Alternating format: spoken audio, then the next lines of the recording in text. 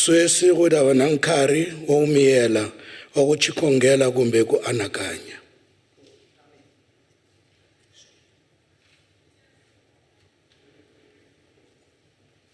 Mikumberiwa ku tshamiseka.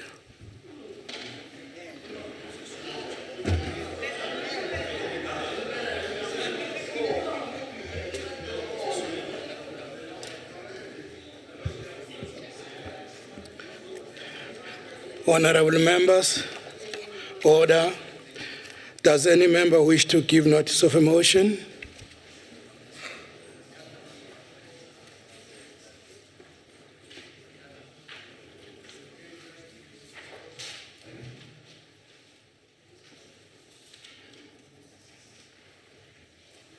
Honorable Nyambi.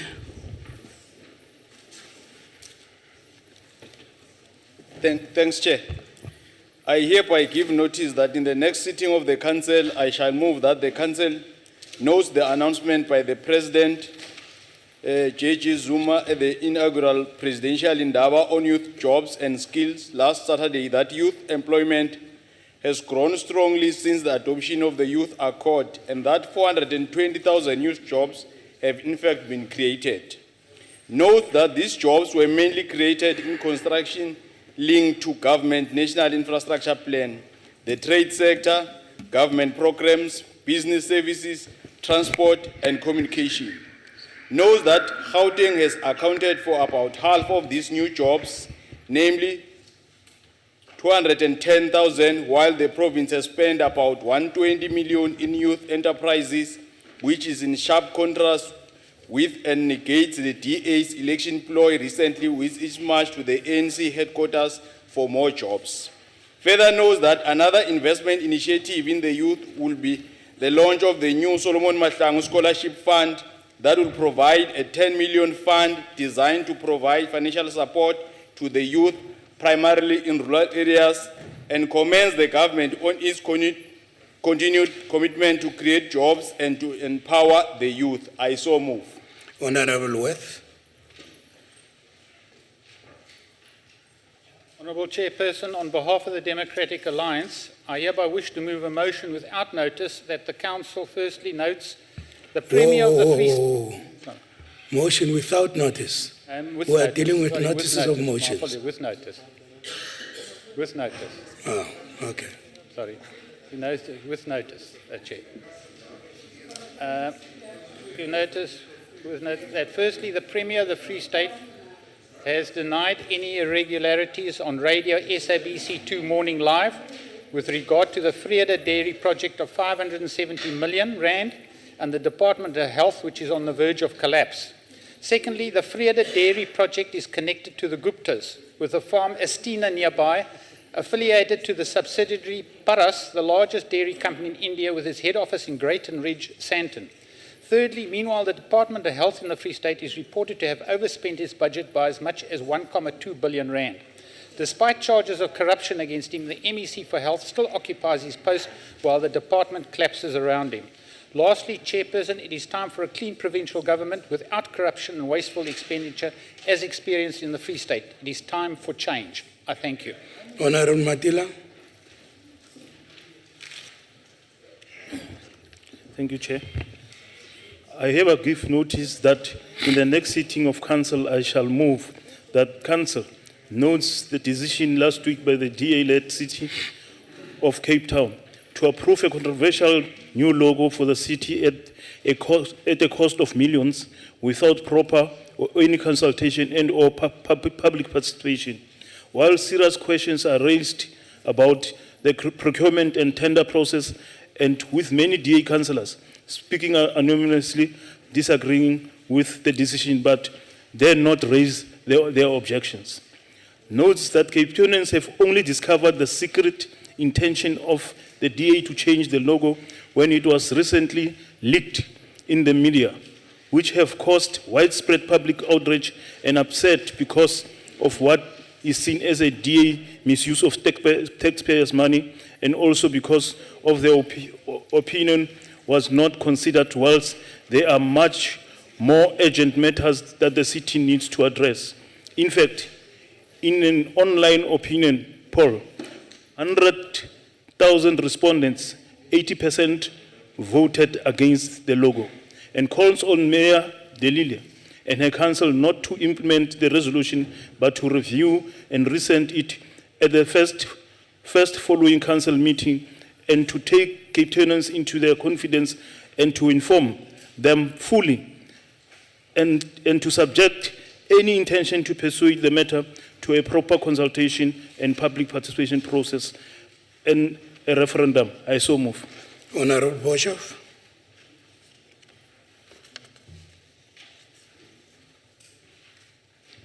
Honourable Chairperson, on behalf of the Democratic Alliance, I hereby wish to move a motion with notice that the Council notes that the R36 provincial road between Leidenburg and Machadodorp has fallen into a state of complete disrepair. This road was designed for a lifespan of 15 to 20 years with a traffic volume of 1 million 8-ton axle trucks for the mentioned period. With the current traffic volume and mass per truck, the guaranteed lifespan will only be 317 days. The province needs a long-term solution, such as a maintenance and upgrading program, put in place to eradicate the loss of lives on our roads. This indeed will be a costly venture, but the only solution in the long term. I so move. Honorable members, does any member wish to move a motion without notice?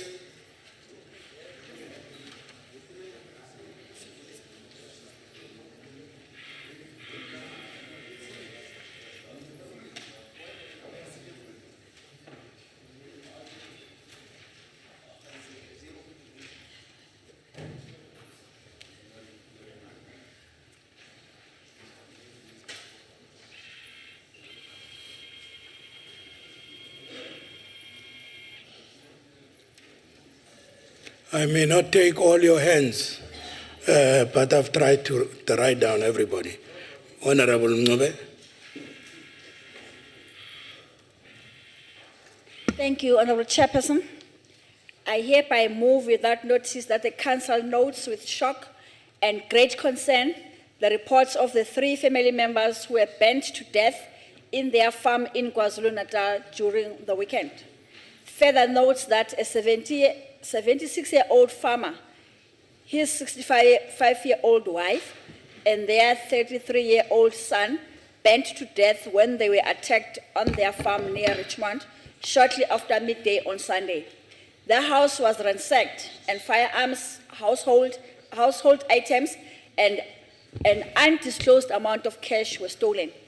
Convey its sincere condolences to the family and friends of the deceased during this difficult time, and takes this opportunity to condemn in the strongest terms the brutal killing of human beings and a call for a speedy and thorough investigation, arrest, and prosecution of perpetrators of this horrendous act. I so move. Any objection to the motion? Motion agreed to in terms of Section 65 of the Constitution. Honorable Kekane.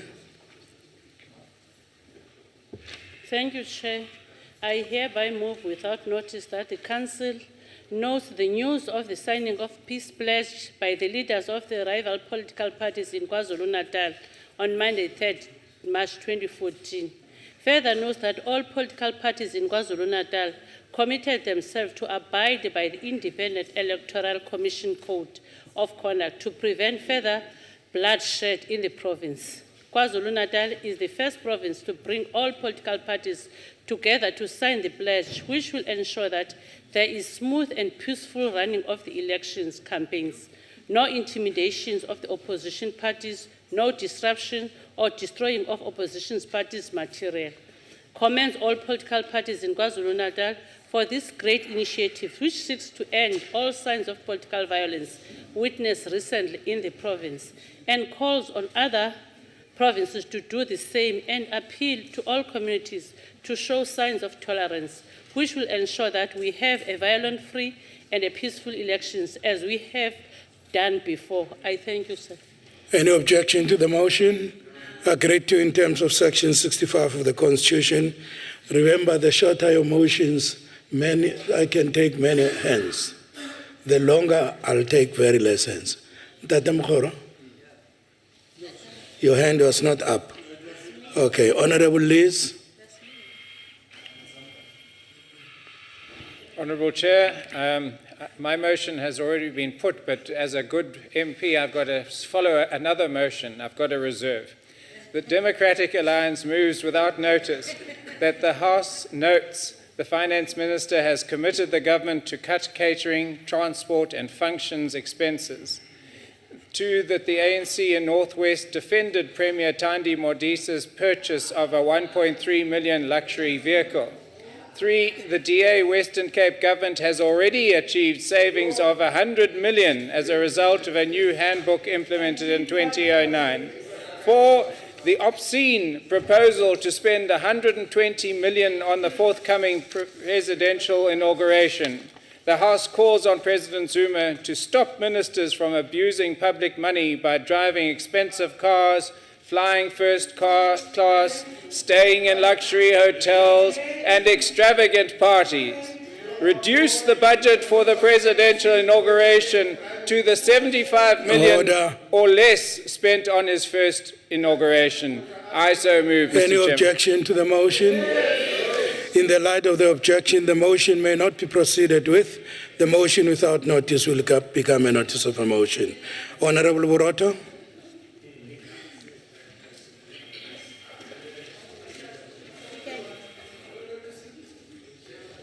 Thank you, Chairperson.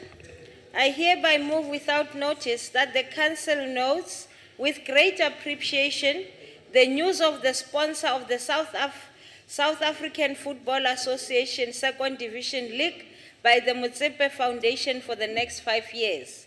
Further notes that the new sponsor was announced last night, 3 March 2014, by SAFA President Denny Jordan in Sandton.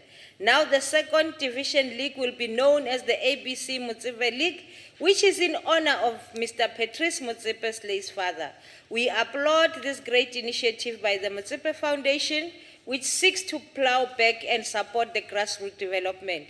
Take this opportunity to call on the other business people to emulate this dedication to sport development and invest in our future national players. I so move. Thank you. Any objection to the motion? Agreed to in terms of Section 65 of the Constitution. Honorable Mashile.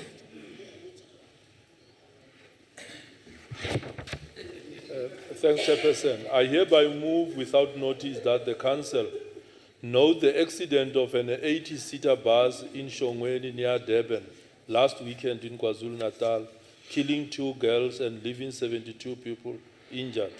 Note that the 2 died in the accident were teenage girls, whereof 1 girl was trapped inside the bus and had to be freed, while the second girl was found lying in the road.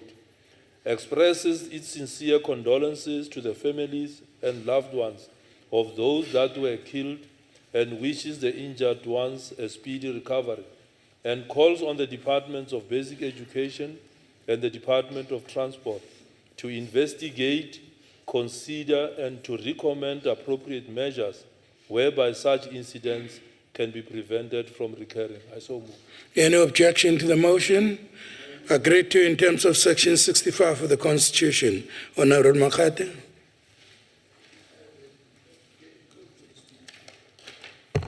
Thank you, Chairperson. I hereby move without notice that the Council notes with great appreciation the outstanding performance displayed by our South African under-19 cricket team in clinching the World Cup in the International Cricket Council Junior World Cup final in Dubai. Further notes that the Junior World Cup cricket winners, which is South Africa, won its maiden ICC under-19 cricket World Cup title when they beat 2-time winners Pakistan by 6 wickets. It is the first time in 22 years since cricket returned to the international arena that a South African cricket team has won a World Cup, and congratulates our baby Proteas for showing character and flying the South African flag high, and take this opportunity to call on the other national teams to emulate this outstanding dedication and begin to take that showcase tag of our national teams. I thank you. Any objection to the motion? Agreed to in terms of Section 65 of the Constitution. Honorable Joseph. Thank you, Honourable Chair. On behalf of Democratic Alliance, I hereby move a motion that the House notes the recent by-elections in Strandfontein and Mitchells Plain, Ward 43.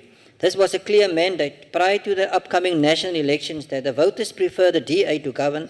In Cape Town, the DA gave the ANC a good hiding with 5,500 votes against 301 votes. Honourable Chair, the reason for the decline in ANC support is due to corruption and the most doubtful leader in the history of the ANC. The result of the by-election confirms that the Western Cape will be governed by the DA after the 7th of May 2014. I so move. Thank you. Any objection to the motion? In the light of objection, the motion may not be proceeded with.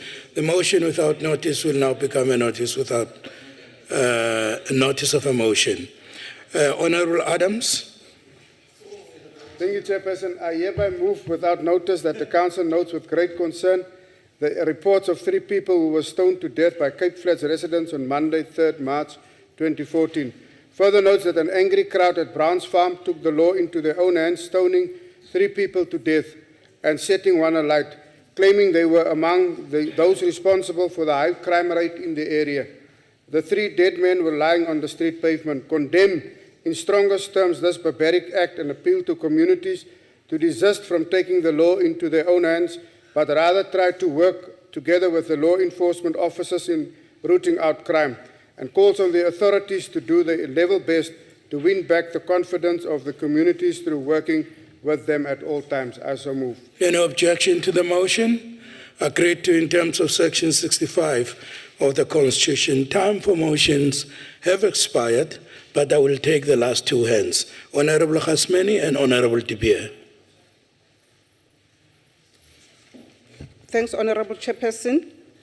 I hereby move without notice that the Council knows the announcement by the Premier of North West, Premier Thandi Modise, about the findings of the Handler Commission of Inquiry into the management of funds belonging to the Rankodia community near Brits, revealing that funds of millions of rands were misused over a long period of time. Notes that the Commission has inter alia found that royalties and income derived from mining of vanadium at the Evras Vametco mine at Rankodia were never audited since 2002, and that the funds were allegedly used for projects which were not approved by the community. Expresses concern that the Commission of Inquiry that was already set up during 2008 only handed its report to the Premier late last year, and commends the Northwest Premier and her government on their intervention in this regard, but calls on them to ensure that the recommendations in the report be implemented as speedily as possible. I so move. Any objection to the motion? Agreed to in terms of Section 65 of the Constitution. Honourable De Beer, shall? Okay, thank you very much. That concludes time for motions. The Secretary will read the first order of the day. Consideration of Public Administration Management Bill, B55B of 2013, and of report of Select Committee on Cooperative Governance and Traditional Affairs thereon. Minister and your deputy, you are most welcome in this wonderful house. You are now given a chance to deliver your speech and open the debate on this bill.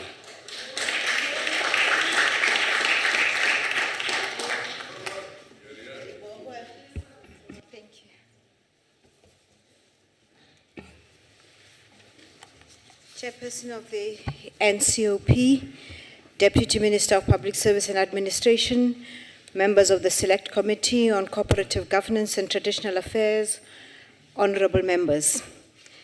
I'd like to express my sincerest gratitude to the Chairperson of the NCOP, who allowed us to take this unusual route of bringing this very important piece of legislation first to the NCOP before it goes to the National Assembly. It is in fact a commendable route that we might need to consider, Chairperson, this route that we have taken, and use it more often. especially with legislation that touches the lives of our people very directly at provincial and local government. In this case, I am certain that the people have had ample time to interact with the legislation that we put before you today, and this interaction makes it apt for me to say it is indeed a Batubele approach that we have taken.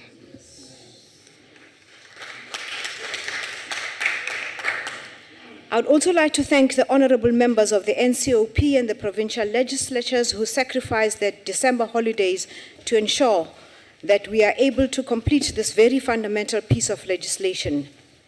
The people of South Africa have been very agitated about service delivery and have been complaining about the discrepancies between the advantaged and the disadvantaged sectors of our society. They will find that we are now finally inserting amongst our achievements in the last 5 years, the foundation of the transformation of the public service and the transformation of service delivery. The legislation before us, Chairperson, the Public Administration Management Bill, lays the basis of an effective, efficient, capable, ethical public service that we all yearn for.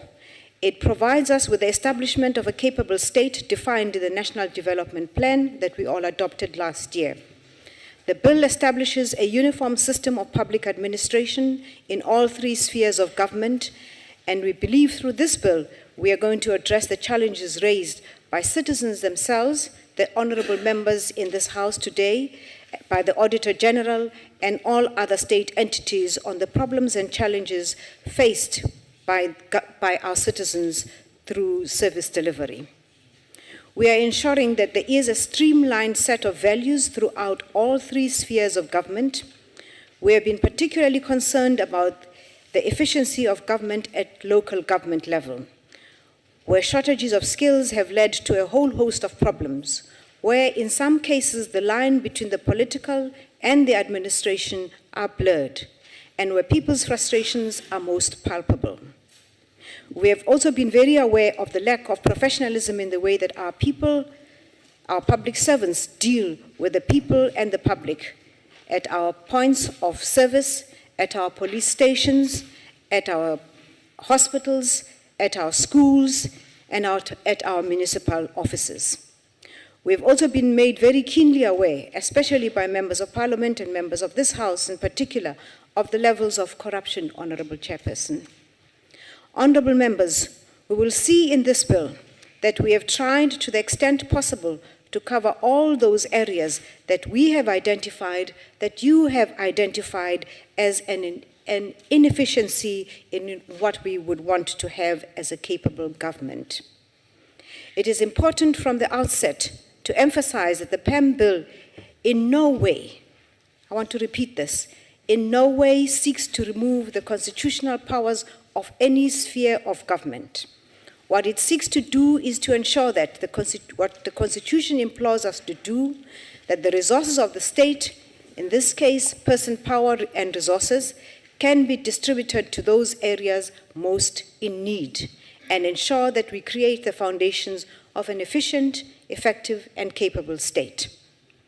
Prior to introducing the bill in the NCOP, we embarked on the most extensive consultative process ever undertaken by this government in the last 20 years, involving submissions of written comments and engagements with organized labor, SALGA, NEDLEC, government departments, the media, business, legal experts, municipalities, academia, civil society, you name it, Chairperson.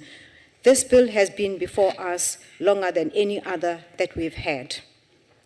My team has tirelessly worked with the Select Committee on Cooperative Governance and Traditional Affairs, and I thank them most sincerely, to brief the 9 provinces that participated in the 14 of the 18 public participation gatherings which were coordinated by the provinces. The people have spoken, and our assessment of what the people have said is that this legislation is long, long overdue. We cannot delay it any longer. I thank, therefore, the members who participated for making sure that we can live up to this responsibility. On a daily basis, government is faced with many challenges, which on their own or collectively require a multidisciplinary approach to resolve. Some of these challenges are the incidences of corruption at different levels of government and also incidences of poor ethics and lack of integrity on the part of certain officials and in the systems on which government functions. As I've indicated, the bill is long overdue. We could not have delayed it any longer. It is a framework legislation derived from Section 195 of the Constitution, which defines how public administration must be managed. If we had it our way, Chairperson, this would have been the very first bill that would have been passed by the democratic government before we entered into our democracy. However, as things goes, it is one of the last that we will be delivering in this 20 years that we've been in power. Chairperson, the bill provides for the following amongst other things. Number one, the transfer and secondment of employees in public administration across all three spheres of government. Number two, it provides for the regulation of use of information and communication technologies in public administration to enhance service delivery. Three, it provides for the establishment of the Ethics, Integrity and Discipline Technical Assistance Unit to strengthen a culture of discipline, integrity, and ethical conduct in public administration by all officials. 4, the prohibition of employees from conducting business with the state in order to prevent and eliminate corruption. 5, it also provides for measures to inculcate a culture of compliance with regulations by institutions within the public administration arena by providing for the establishment of the Office of Standards and Compliance. 6th, it establishes the professionalization and the basis for the professionalization and giving the necessary capacity of employees through the establishment of the National School of Government. Number one, Chairperson, of the bill, or what it provides for. It is common cause that our municipalities are struggling with capacity. Some of this capacity is located in other spheres of government. We seek to follow the injunction of the Constitution, which exhorts us that all should be done to ensure that we all have equal access and equal rights to equal services.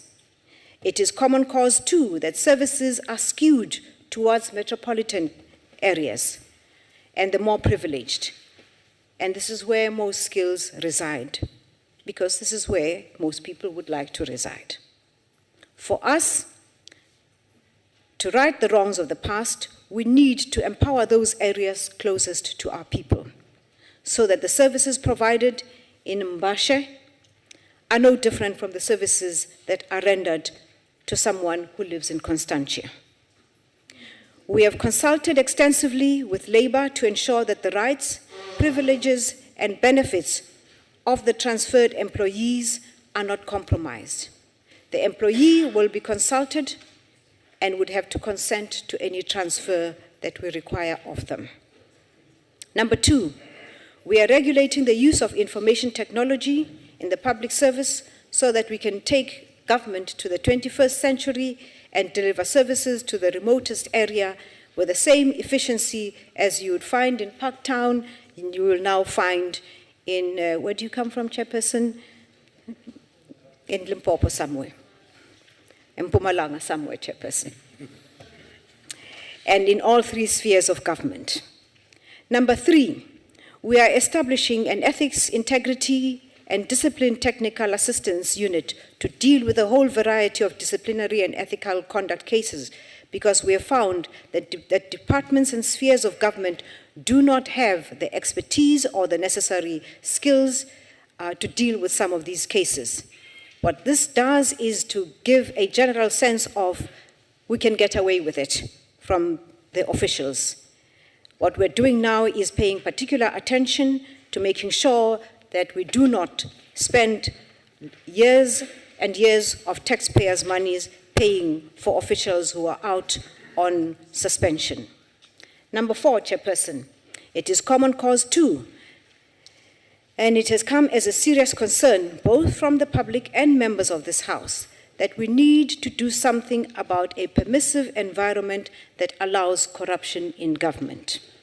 Over the years, the Auditor General, the Public Service Commission, and the Public Protector have reported in their respective investigations on allegations that have been made regarding corruption and unethical conduct, amongst others. Corruption and unethical conduct and the lack of integrity produce outcomes that not only harm human society, but undermine the very same progressive realization of rights we seek to achieve. As a consequence of this permissive environment, many officials in government have conspired with each other and in many cases with the private sector to secure business with government through corruption, through fraud and misuse of legitimate government processes.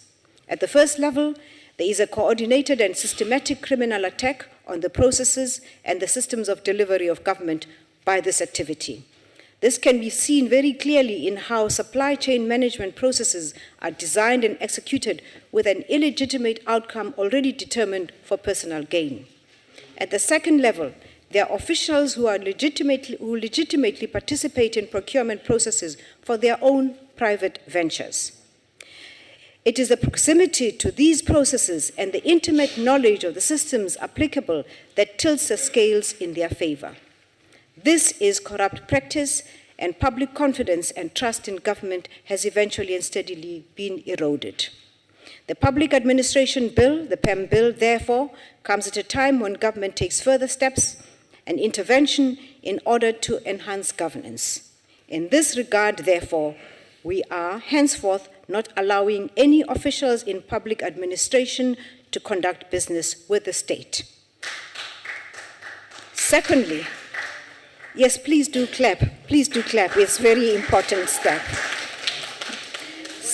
Secondly, officials in public administration are going to be required to declare fully the financial and business interests of their immediate members, of their families.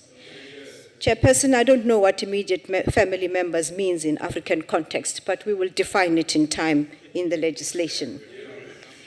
In the case where we require the declaration of business activities of the immediate family members of officials, we're not doing this for punitive purposes. This is done to enable government to assess the potential of conflict of interest, thus allowing appropriate interventions to be implemented to eliminate this conflict. If indeed a government believes the changes faced stem from the permissive environment, reversing this policy position should take away most of these challenges. In the cleanup that we envisage, government is starting with itself, its own processes, by prohibiting these officials from conducting business with government. State government is eliminating incentives and opportunities for corruption and unethical conduct.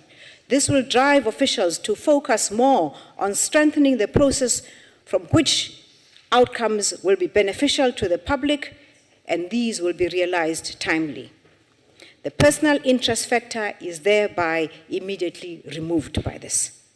Therefore, the officials in public administration must only be in the business of designing and implementing responsive government programs for the benefit of the public, using all their skills and all their knowledge for which they are remunerated from the public purse for the public good.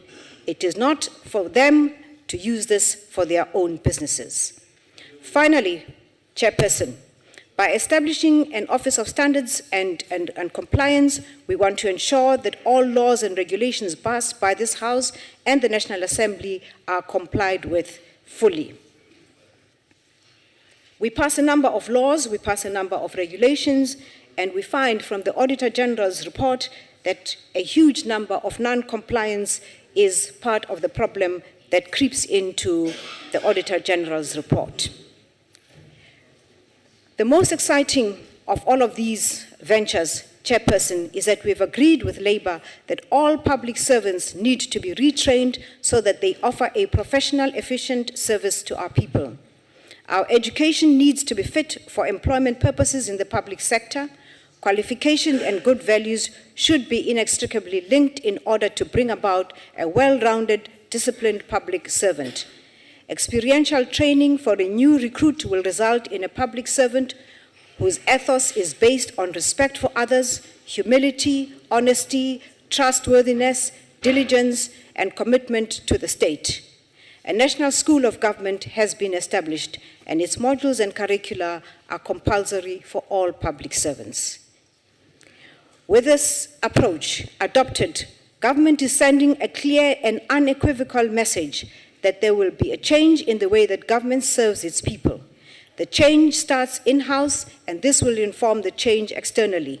A clean government is not a choice or a good to do. It is a must to do for a moral people such as ourselves.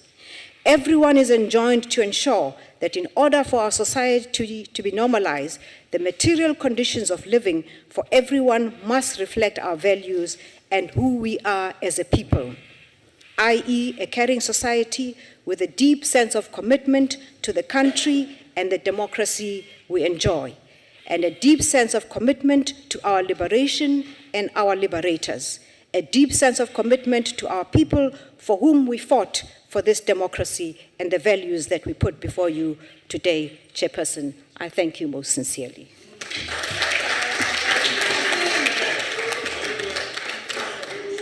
Thank you, Honorable Minister. I now call upon Honorable Mukhobi.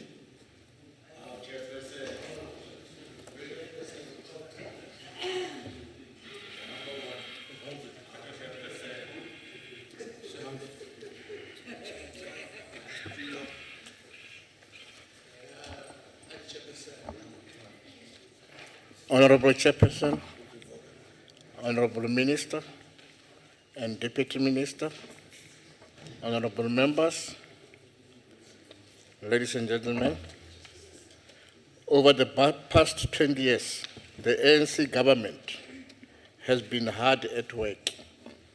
We've been deconstructing the inefficient apartheid machinery, which committed disproportionately high resources to the service of a few.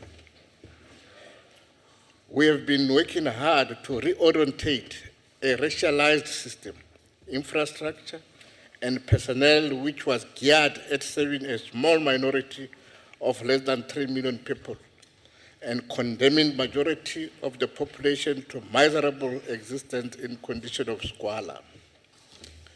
Chairperson, South Africa has never known good governance until when the ANC government received an overwhelming mandate from the people of South Africa to address the legacy of apartheid and, under the mantle of the ANC President Mandela, deliver a public administration system which will restore their dignity. From the bankrupt coffers of the corrupt apartheid government, this was never going to be an easy task. Today we can face our people and report, despite few challenges which we are dealing with, we have made South Africa a far better place. This is the story the Palm Bill is telling the South Africans today. Only DA will paint a different picture. They always have a very bad story to tell. That is their ideological orientation. What is funny that in their manifesto, they talk of professional administration, yet they reject the bill. Today we have yet another good story to tell South Africans. The story is the Public Administration and Management Bill, also known as the PAM Bill in short. Though the PAM Bill will drive the public service to realize the promise of Section 195, subsection 1 of the Constitution, which aspires to promote and maintain a high standard of professional ethics, promote efficient economic and effective use of resources, provide such services impartially, fairly, equitably, without bias. These are the things that was never known in apartheid time. Respond to people's needs and encourage public participation in policy making. Be accountable to public. Chairperson, these values and principles are the very core of the professional public service. Those among us who claim to be committed to promote and enhance professionalism in the public service must support this bill. Blue Brigade, you do not need to pass unsuspecting and vulnerable young blacks to a Sunday picnic rally in Limpopo to promise them a professional public service administration, which you oppose in Parliament.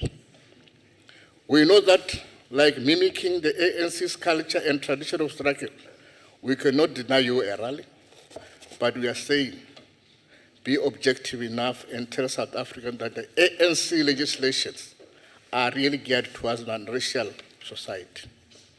The PAM bill make it possible to, as the minister said, transfer and secondment of employees across the spheres, promote the high standard of professional ethics in public administration, promote use of information and communication technology in public administration, promote efficient service delivery in public administration, facilitate the eradication and prevention of unethical practices in public administration, facilitate the setting of minimum norms and standards to give effect to the values and principles of Section 195, subsection 1. Chairperson, the ANC government is saying that the people of South Africa deserve uniform standards of service and that the accident of fiscal location must not condemn them to inferior service. Through the PAM bill, the ANC government will outlaw conducting business with the state. The emphasis that the minister has made, that public servants will no longer taste the tendering and other sorts of businesses that are going on within the department. See to it that the public servant disclose financial interests of self and relatives, whether monogamy or polygamy. Establish National School of Government to develop human resource to promote the equality, extent, and impact of public administration institutions. Facilitate the use of information and communication technologies to develop and enhance delivery of service in public administration institutions, interoperability, and to promote access to public institutions. Chairperson, and the people of South Africa, the days of treating our people with disdain are over. The days of manipulating tenders and using national resources to the benefit of the few family and few connected are numbered. There will be no excuse for incompetency and low quality service. The ANC says the people of South Africa deserve better. We are moving South Africa forward. But we cannot succeed to realize these good intentions unless the public service employees grasp their responsibility to meet the needs of national plan through assisting to develop a capable state. They must respond to the contemporary call of the ANC's 53rd National Conference resolution for the creation of a capable developmental state that will deliver to the objective of national democratic revolution. The public service must orientate itself to deliver to the aspiration which was articulated by 2013 ANC NEC Lekgotla, quote, to build the state institutional, organizational, technical, and leadership capacity in order to successfully implement the programs of government and reduce dependence on private sector and outsourcing. The ANC is at the forefront of ensuring that NDP materializes. At the center of the NDP is a strong and capable state. And we have added to that, made up of dedicated and committed people. All these attributes are part of the PAM bill.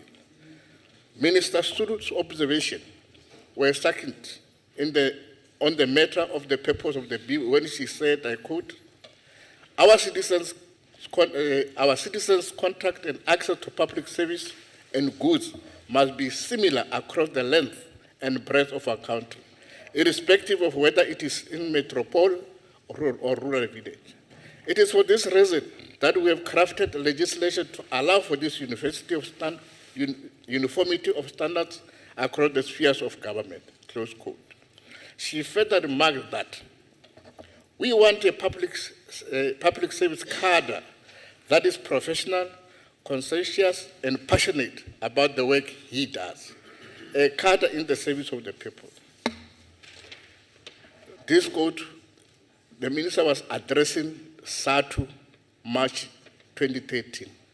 SATU is a South African Democratic Teachers Union which produced public servants in this country, for those who doesn't know. The legislation called the Public Administration Management Bill is a good story to tell. Indeed, South Africa has many good stories to tell. Vote African National Congress.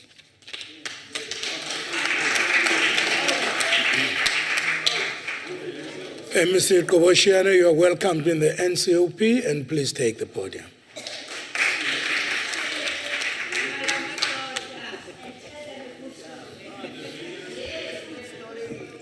Sihlalo webhunga labathunywa bamaphondo obekekileyo umphathiswa nesekela mphathiswa abekekileyo alendlu ikomite yodwa yorhulumente bobambiswano nolawulo lemveli zidwesha nani zidwangube manene nani manenekazi egameni lenkulumbuso yephondo ndithatha elithuba lokubulela into kokuba sibe inxalenye yale ngxoxo yomthetho sihlomelo othi wothulwa ngumphathiswa kule njikalanga. Chairperson, as we are approaching the end of the term, perhaps it is an opportune moment for the government to finally deal with some of the major challenges that face the public service. We cannot overemphasize the need for the public service to be remodeled, for it to live up to realization of all important goals of a better life for all. A streamlined and improved public service is the only vehicle that will ensure that government meets its obligations to its citizens.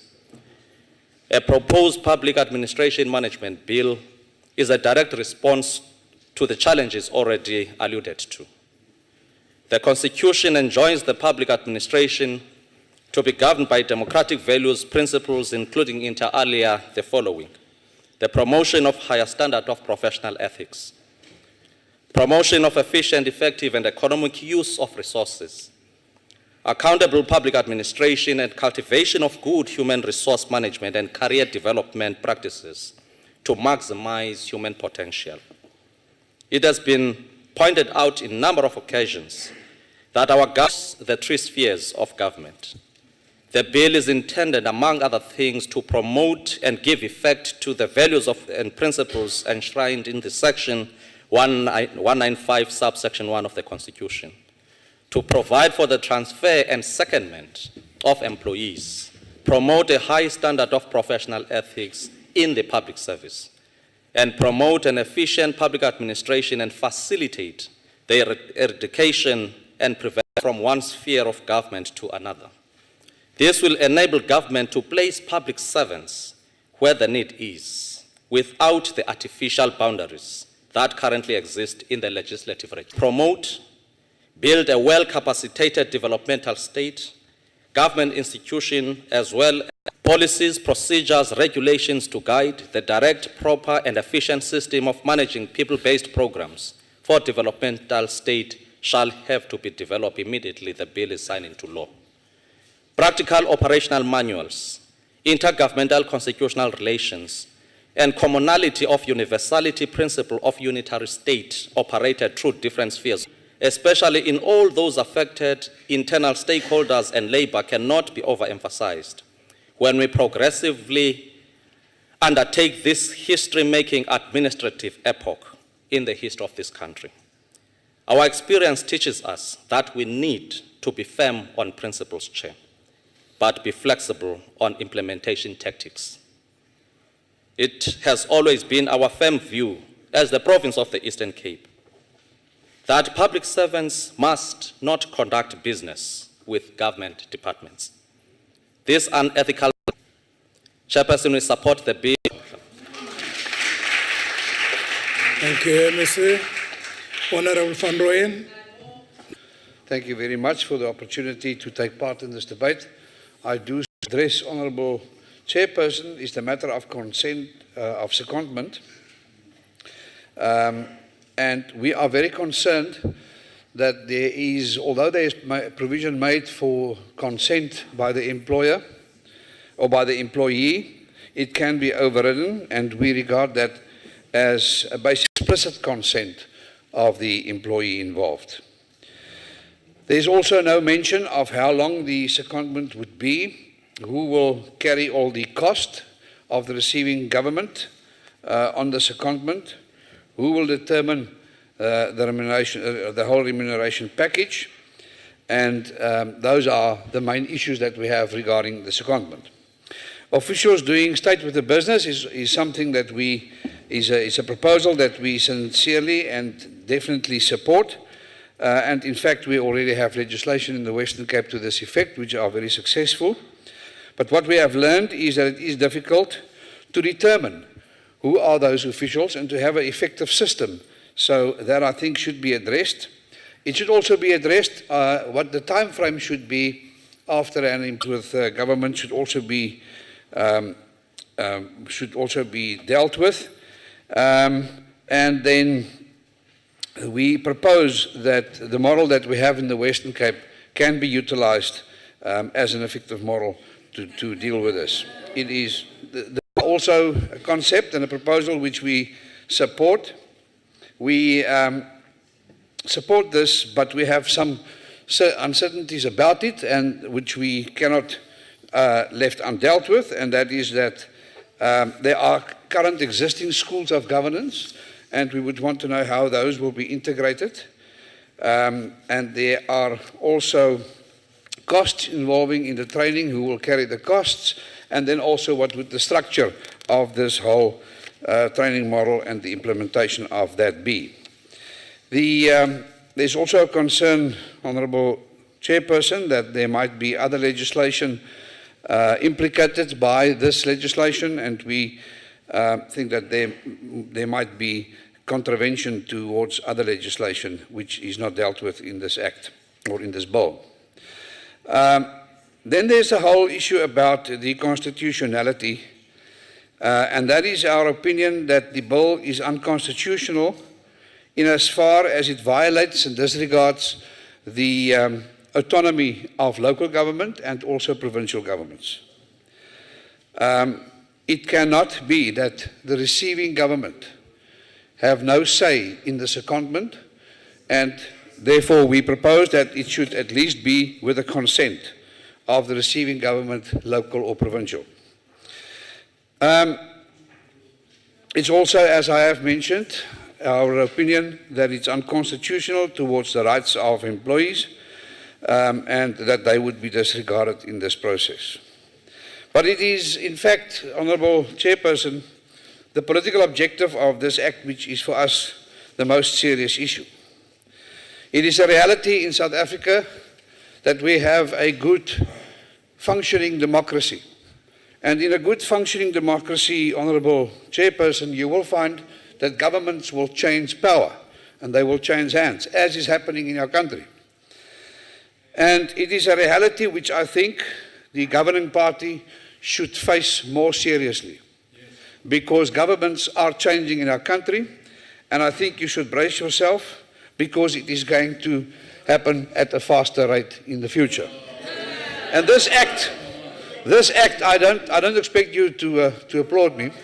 This Act, Honourable Chairperson, is for us as an objective of the ANC to retain control, administrative control, over those governments that they would lose politically. Because we all know that if you can retain the administrative control on a government, that a political party would not be able to govern effectively and implement its mandate in that government. So what our proposal is, Honourable Chairperson, is that the ANC should start making legislation that will also suit them as an opposition party, because opposition is what they are facing and what they will face more in the future to come. This Act is nothing but an highway to cater deployment to ensure that governments that will be lost by the ANC be controlled administratively by them. It is not acceptable, and it will not be accepted by the Democratic Alliance, and the Western Cape government has recorded its rejection to this act or to this bill. And if passed, Honourable Chairperson, we will challenge it in the Constitutional Court. Thank you.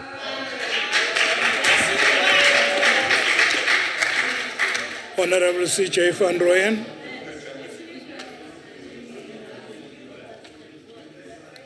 A former member of this House.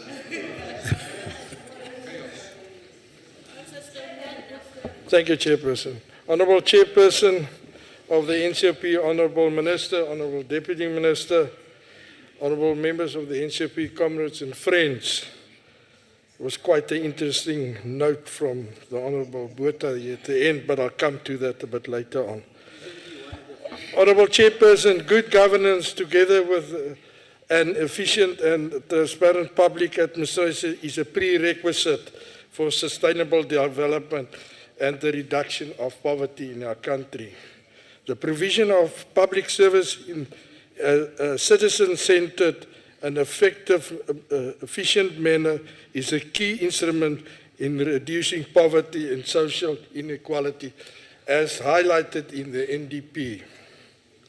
Section 195 of the Constitution of the Republic of South Africa states that, and I quote, public administration must be governed by the democratic values and principles enshrined in the Constitution, including the following.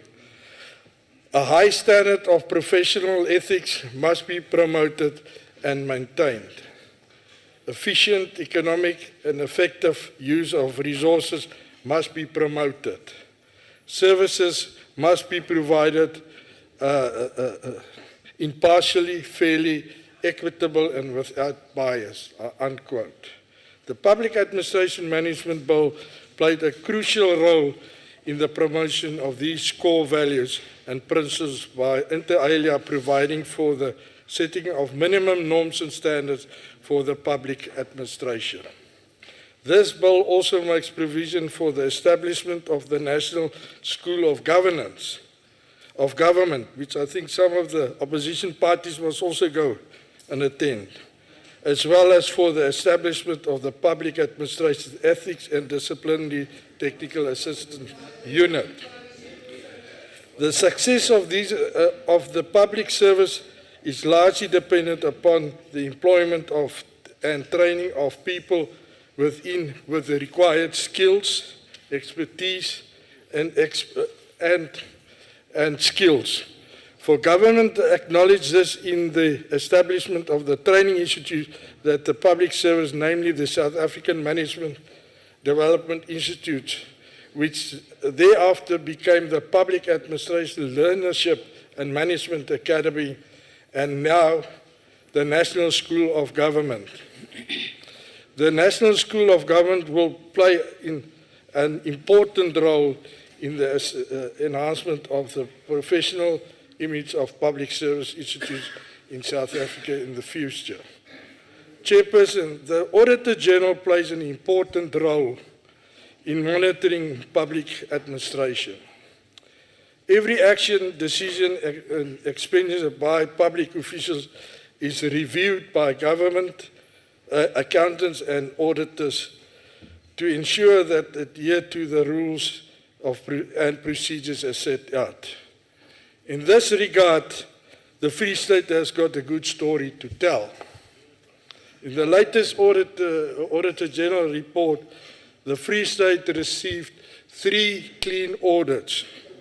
Not unlike other provinces that say clean audits, this is clean audits with no matters of emphasis. Twice, the Office of the Premier in the Free State received a clean audit for the last 2 years. The Provincial Treasury for the last 3 years has received a clean audit with no matters of emphasis. And now lately, the Department of Sports, Arts and Culture, also in the Free State, received a similar clean audit with no matters of emphasis.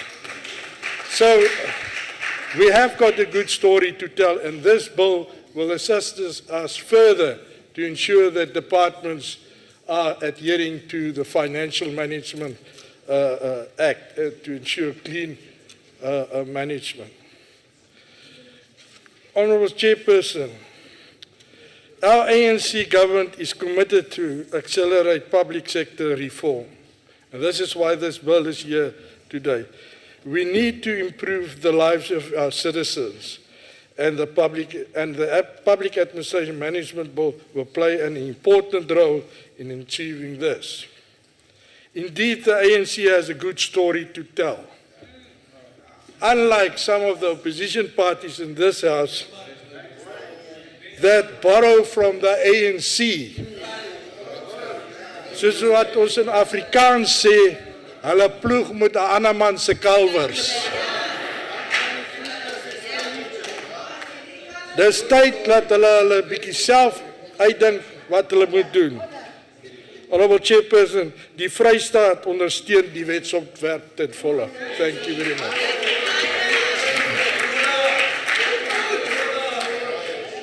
Honourable Deputy Minister Zozo.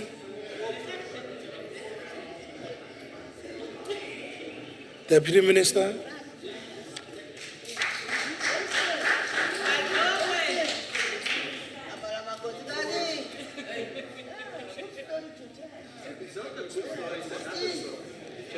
Honourable Chairperson of the NCOP, Deputy Chairperson of the NCOP, Minister for Public Service and Administration, Minister Sisulu, MEC Mlibo Koboshiane, honourable members, good afternoon.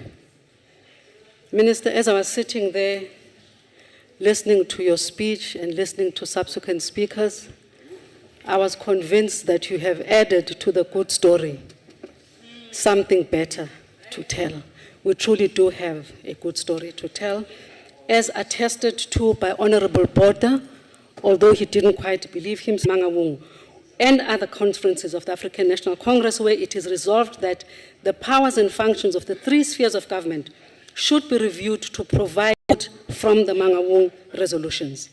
This is in line with the Constitution of together the three spheres of government are required to provide effective, transparent, accountable and coherent government for the country, not a province.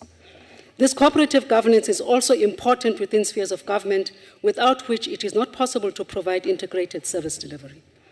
The NDP affirms cooperative governance in stating that the different spheres of government are interdependent and we need to find ways of ensuring they work together more effectively. The PAM bill provides an opportunity for Parliament to strengthen the democratic values and principles governing public administration in Chapter 10 of our Constitution with respect to national and provincial departments as well as municipalities. Constitutional values and principles which include, among others, developmentally oriented public service, impartial and equitable provisions of services, participation of people in policy, and an accountable public service provide the framework for intergovernmental relations.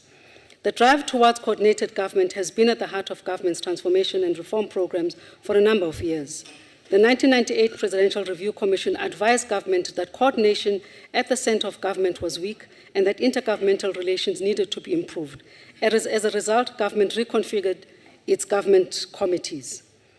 Government set up other systems and processes designed to engender cooperation and central planning as well as horizontal integration.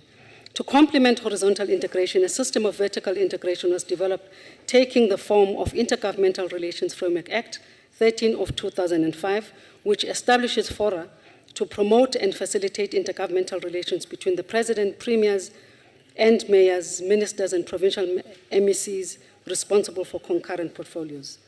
Despite the positive changes that have been introduced to promote coordination, there is room for improvement in public administration. Government does not present itself as a coordinated front, but as a myriad of national, regional, provincial, and municipal offices, each with separate identity, with each operating in its own silo. It is this continued problem with coordination that two song centers and community development workers were introduced as policy instruments to bring government closer to the people and enhance intergovernmental relations. Both attempt to ensure a more agile, open government with by fostering democratic governance through civic participation and fostering government responsiveness to people and promote transparency. Ideally, CDWs should provide direct feedback to government, enabling government to plan better, execute better, and provide direct feedback to communities on government programs and their implementation. Preference is to have the CDWs located in the two song centers where none exist in rural areas to be placed in the traditional authorities' offices in order to promote a more agile government that is responsible and through which information on government services can be filtered to communities in which they are located and service and feedback to government for planning that is responsible to actual needs of the people. I would like to thank the honorable members of the NCOP for having advanced this bill to this stage, but a special warm thanks to Minister Sisulu for ensuring that this long outstanding bill is finally presented for consideration. Thank you.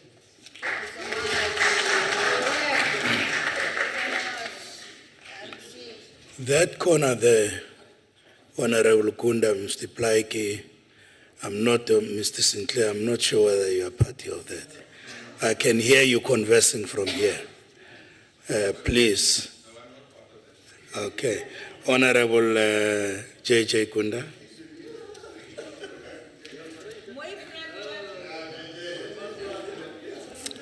Thank you, Honorable Chair, Honorable Minister, Honorable Deputy Minister, MECs, colleagues.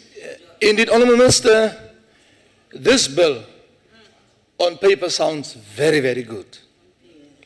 The biggest problem that we're having here is like we've got so many legislation, like we've got the PFMA, we've got the MMFA, but it's not yet implemented. We must implement this bill to the spirit, the letter of the spirit of this bill, in order to see to it that the things needs to happen, what we intended to happen. Like for instance, you can't have a municipality who can't function properly, but yet there are performance bonuses paid out. And this bill tries to rectify that. I pray and hope that this will happen in the near future. That's the first thing that needs to be happening in this bill. It's not happening, Honorable Nyambi, you know that. And I can't mention any examples now. It's impossible, you know, we're going to Mir, we're going all over where there is 139. Coming back to the bill, Honorable Chairperson. What is it that you want, Mr. Sinclair?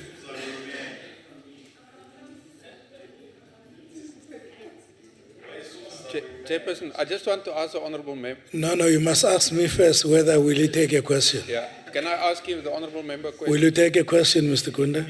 Yes, I'll take the question. All right, you can ask your question. Chairperson, I just want to find out, is the honourable member speaking as a member of the Democratic Alliance or of the Independent Democrats? Honourable member. Honourable Chair, according to Parliament, I'm a member of the ID as a member of Parliament. And the Speaker's list says I'm an Independent Democrats member. The Speaker's list doesn't say I'm a Democratic Alliance member. Continue, Honourable member. Thank you. And it is true what the Honourable Minister is trying to say to us. Yes, in the committee we had a lot of questions, we had a lot of concerns concerning this very same bill. And even the constitutionality of this bill, of certain issues within this bill. And one of the issues is, again, the one that someone will be seconded. Chair, if we are going to do that, it sounds very good. But the costing of seconding someone with that person's consent needs also to be taken in account, because it's going to cost the state money. It's not going to be free, because we've got small municipalities who can't afford CFOs, who can't afford the real MMs, and they need to be trained. We welcome the School of Governance. We welcome it, but we need to assist the small municipalities. And this bill seeks to do that. Until the implementation of this bill in its full capacity, Chair, it is not foolproof that we will have a public service with which are professional. We need to see that first, Chair. That's the very important thing. The other thing, Chair, that I would like to warn each and everyone, it's important not to be dishonest of yourself, but to be honest of yourself. Listen and see if this thing is implementable or if it's not implementable. I thank you. Honorable Jay Matlow from Salga. Welcome, Mr. Matlow.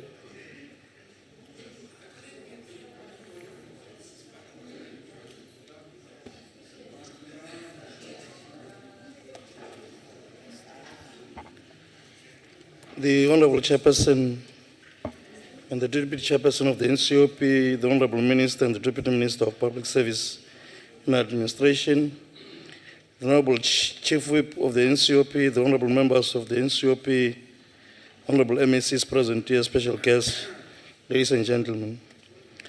Salga wishes to express its appreciation of being granted an opportunity to address the House on this very important piece of legislation. The Public Administration Management Bill has indeed come a long way since it's published for public comment in May 2013. Salga submitted comprehensive comments on the bill when published in May 2013, and the majority of comments were taken into account by the Department of Public Service and Administration during the drafting of the current version of the bill. The Salga NEC also engaged with the Honorable Minister of Public Service and Administration in November 2013 to raise its concerns on the latter version of the bill. Honorable Chair, Salga fully support the introduction of the norms and standards across all three phases of government and the total prohibition of employees doing business with the state. The bill includes a definition of the public administration, which defines the public service and municipalities. Salga is of the opinion that the bill should state explicitly what it applies to the state-owned entities as well as the municipal entities to ensure that norms and standards are applied equally throughout the whole public administration. It is proposed that the limitation on political rights of municipal managers and senior managers in municipalities be extended to senior managers in public service and state-owned entities. However, as organized local government, we continue to have numbers of concerns regarding the bill, such as the financial implication of the implementation of the bill on municipalities, the impact of the bill on the oversight role of provincial government over municipalities, the parallel reporting lines for the local government spheres, and the overregulation of local government in certain areas. A number of matters relating to the public administration bill and its management will be addressed in subsequent legislation, regulation, and norms and standards, and not the principal act. Salga is of the view that a single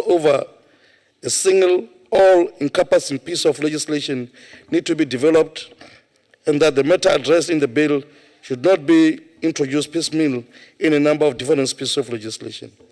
The view of Salga is that any determination made in terms of the bill, as well as any regulation or norms and standard published by the minister in terms of the bill, as far as is related to local government, must be determined and published in concurrence with the Minister of Coxta and organized local government. The bill gives the Minister of DPSA and as well as the Public Admin Ethic, Integrity and Disciplinary Technical Assistance Unit and the Office on Standards and Compliance, regulatory and oversight powers over local government. The result will be a local government will now be accountable to the Ministry of Coxta, National Treasury, DPSA, with these structures created in the bill, such as the Public Administration Ethic, Integrity and Disciplinary Technical Assistance Unit, and the Office on Standards and Compliance. This multiplicity of reporting can result in an IGR nightmare and undermines the good intentions of establishing the ministry that deals with cooperative governance. It is also contrary to the reduction in reporting requirements on local government as stipulated in the outcome 9. The proposal is that the unit created in the bill should through assisting the IGR structures, obtain relevant information from Coxta, National Treasury. It is further proposed that the Ministry of Coxta be entrusted with all regulatory powers over local government. Alternatively, it is proposed that any regulation affecting local government must be done in concurrence with the minister responsible for local government and organized local government. There has not been any indication of the cost done for the implementation of the bill in the costing remaining to concern on local government, especially the costing on compliance with the information and communication technology requirement set out in the bill. A clear costing analysis of the bill need to be made and an indication should be made to be given who is going to carry the cost implication of the bill by municipalities. SALGA is of the view that secondment, as the minister said, and will employ it, must be an engagement between the employer seconded, and the current version may lead to employers aggrieved by the secondment leaving the sector and thus encouraging skill shortage. The cost of or transfer of secondment is also a concern, as less capacitated and financially challenged municipalities might not have the financial ability to afford the salaries of transferred or seconded individuals, even though the skills are required by such municipalities. This aspect need to be addressed in this particular bill. The aspect of disclosure of financial interest is supported, provided that it's also extended to state-owned entities as well. However, in practical terms, it may place a huge administrative burden on municipalities. In order to alleviate this, it should be applicable to all senior managers and staff members that have control over budget and are involved in procurement of goods and services on behalf of municipalities. Directive by the Minister of DPSA relating to education should be issued with the concurrence of the Minister of Coxter and organized local government to ensure that the training provided for local government is appropriate for the needs of the sector. The same principles should apply with regard to compulsory educational requirement for employment. No reference is made, Honorable Minister, to the Minister of Finance or the National Treasury, and the status of the National Treasury minimum competence regulation in local government will remain a very big challenge. The Office of the State of Standards and Compliance will result in further duplication in local government. The conducting of capacity and functionality unit in skills, system and processes, as well as the capacity building requirements and initiatives are already attended to in terms of the oversight role of municipalities by provincial and national government responsible for local government. It is our view that this bill will be in conflict with Section 105 of the Local Government Municipal Systems Act, which provide for provincial oversight over municipalities. In addition, Section 46 of the Systems Act, read with Section 121, 122, 123, 124, 125, and 130 of the MFMA already addresses the requirement for an annual report and oversight report over the annual report, where the majority of management aspect of the majority is already addressed. The office can therefore use the current information to do assessment if required.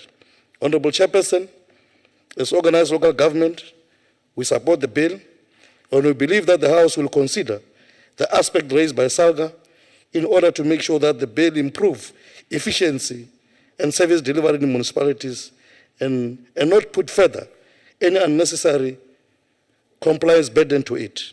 I thank you. I now call upon the Honorable A.T. Matila, the African National Congress.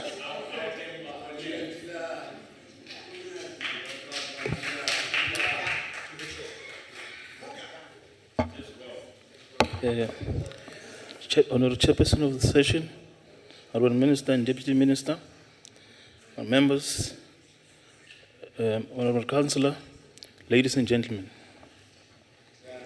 Honorable members, this bill fulfills our constitution because it seeks to establish a public administration underpinned by uniform values and principles and extend the mandate of the Public Service Commission to include local government sphere of government. In short, the bill provides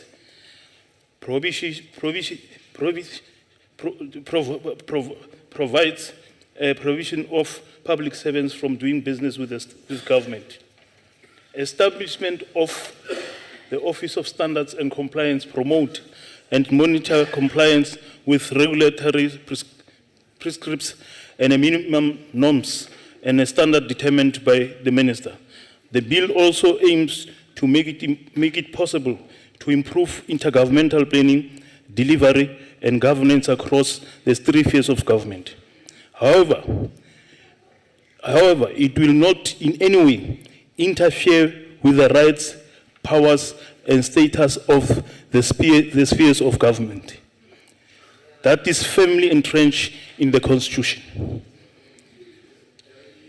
In this regard, let us be strengthened in our resolve to fight crime by taking our cue from the ANC 2014 election manifesto, which proclaims that the ANC government will build on the progress made in implementing our 2009 manifesto priorities by fighting crime and corruption. I quote, intensify the fight against corruption in both the public and the private sectors through measures to restrict public servants from doing business and holding public officials, individuals liable for losses incurred as a result of corrupt actions.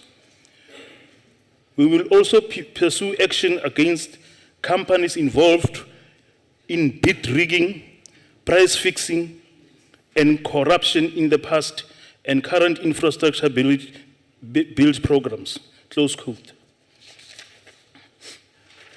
Honorable members, as the ANC, we have come to a determination that the most effective and efficient way of dealing with a conflict of interest is to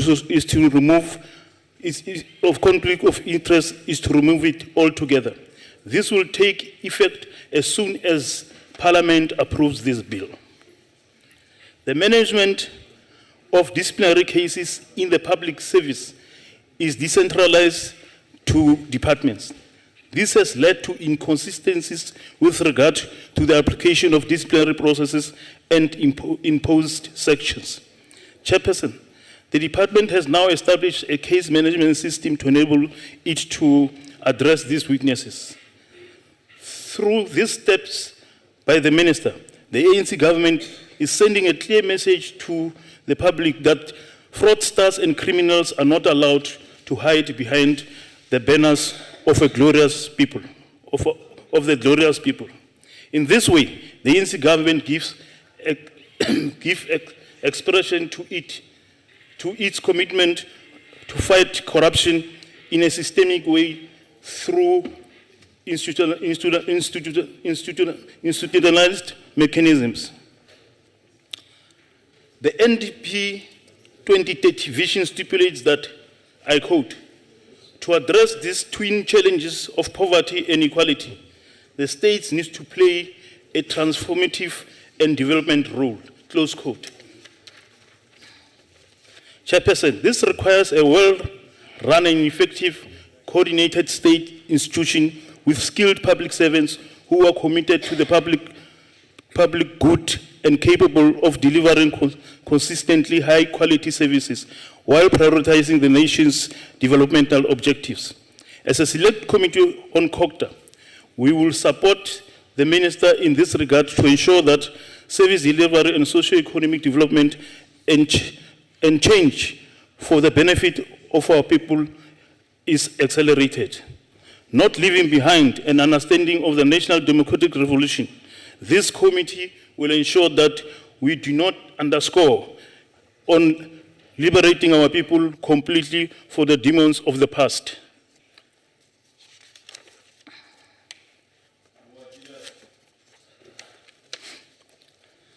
Adequate and effective arrangements for governance and accountability within the civil service and between the civil service, the political level and citizens generally are fundamental elements of a democratic system of governance.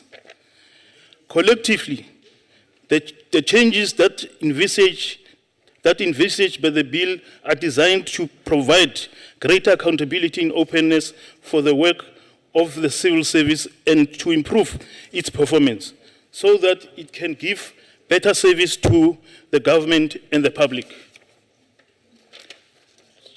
Chairperson, government cannot fight corruption and maladministration alone. It is a collective responsibility requiring collective action of all stakeholders. It is the responsibility of each and every South African to contribute to the ethical society to prevent irregular activities from taking place. I cannot help it, Chairperson, but to agree with Professor Sangwin in his poem, Our Journey, recited in his farewell function when he said, I quote, I cast my eyes to from where we have come.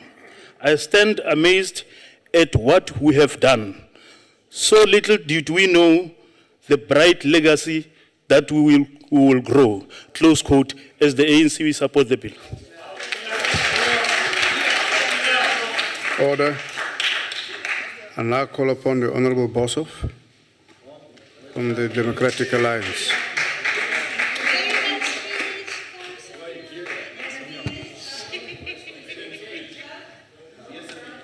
Order. Order. Honorable Worth. Chair, I'd just like to bring it to the attention of this House. It's Honourable Sonia Boshoff's maiden speech. So I want everybody to listen attentively and Thank you. clap and cheer Sit down. when she's finished. Sit down, Thank you. Honorable Worth. Take your seat. You know, order. There's a convention in Parliament between parties that when you do your maiden speech, you don't attack another political party. You may continue, Honourable Boshoff. Thank you, Mr. Chair. Honourable Chair, Honourable Ministers, Honourable Deputy Ministers, and all other protocol observed. This bill cannot be supported due to the fact that there is no separation of powers, which is essential in a democracy. The autonomy of the various spheres of government must at all times be respected.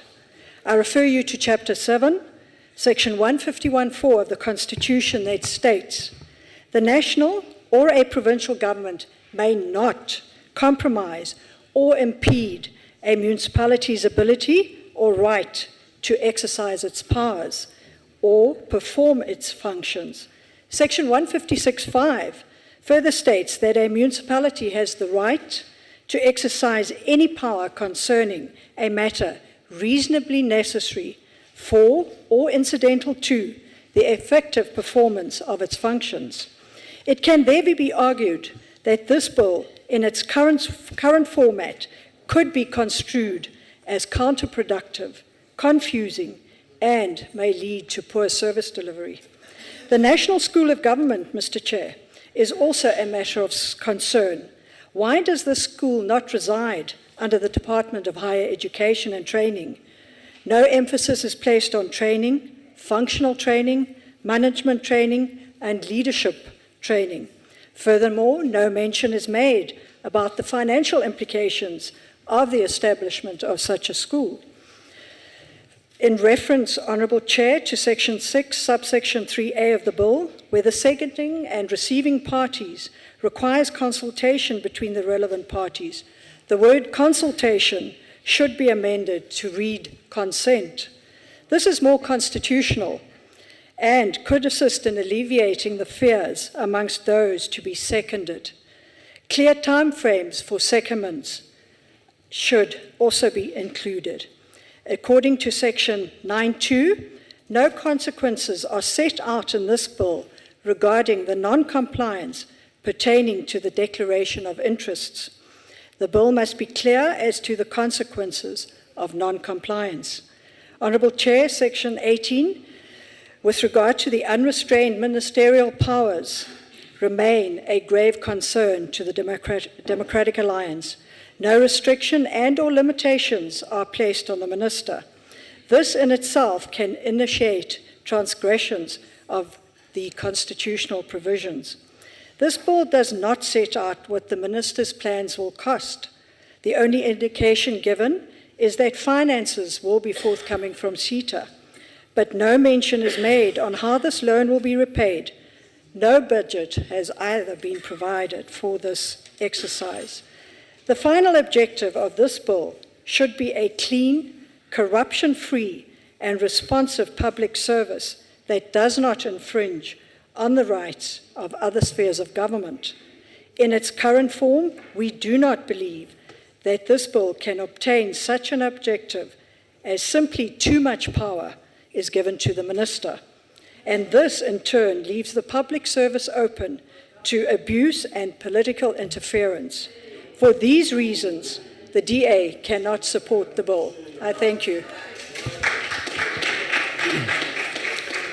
Order. I now call upon the Honorable M.W. Makubela from the Congress of the People.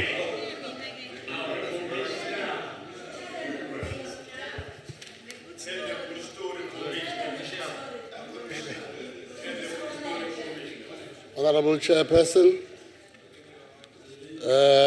Honorable Minister and Deputy Minister, Honorable Members of the House, Chairperson, public administration management stands central to achieving the National Development Plan 2030 objective. For it is all with the knowledge that management, it will transfer the information, transfer the governance nicely. This bill before us, Chairperson, makes it possible so that to improve relation, which builds relation and conduct the business of the government, providing capacity development and training with the help of the National School of Governance. This bill, according to Congress of the People Chairperson, is a very positive step, making the effective running of the government possible. For it is all to do with the public administration ethics, integrity, and discipline. This discipline is necessary because it will enhance the service delivery. If there is no delivery, there is no discipline. This realized the objective of the Act promoting the values and the principle of the Constitution as advocated in Section 1951 of the Constitution, and promote the high quality of ethic and standard, and allowing to improve the usage of the information, communication technology, and so on. In his 2014 State of the Nation address, the President Zuma promised more interactive government. As Congress of the People will ensure that this promise by the President is adhered to. We thank you very much. Order. Order. I now call upon the Honorable Boroto from the African National Congress.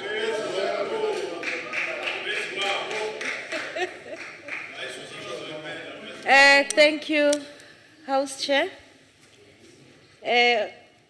Honorable Minister Sisulu and the Deputy Minister, Honorable Tlotlo, honorable members, special delegates and MECs from provinces, Honorable Matlo, member of Salga, ladies and gentlemen. Chair, ithi ngithome ngokutsho ngithi ngesikhethu sithi ikoloyi ejamileyo izinja azikhonkoti,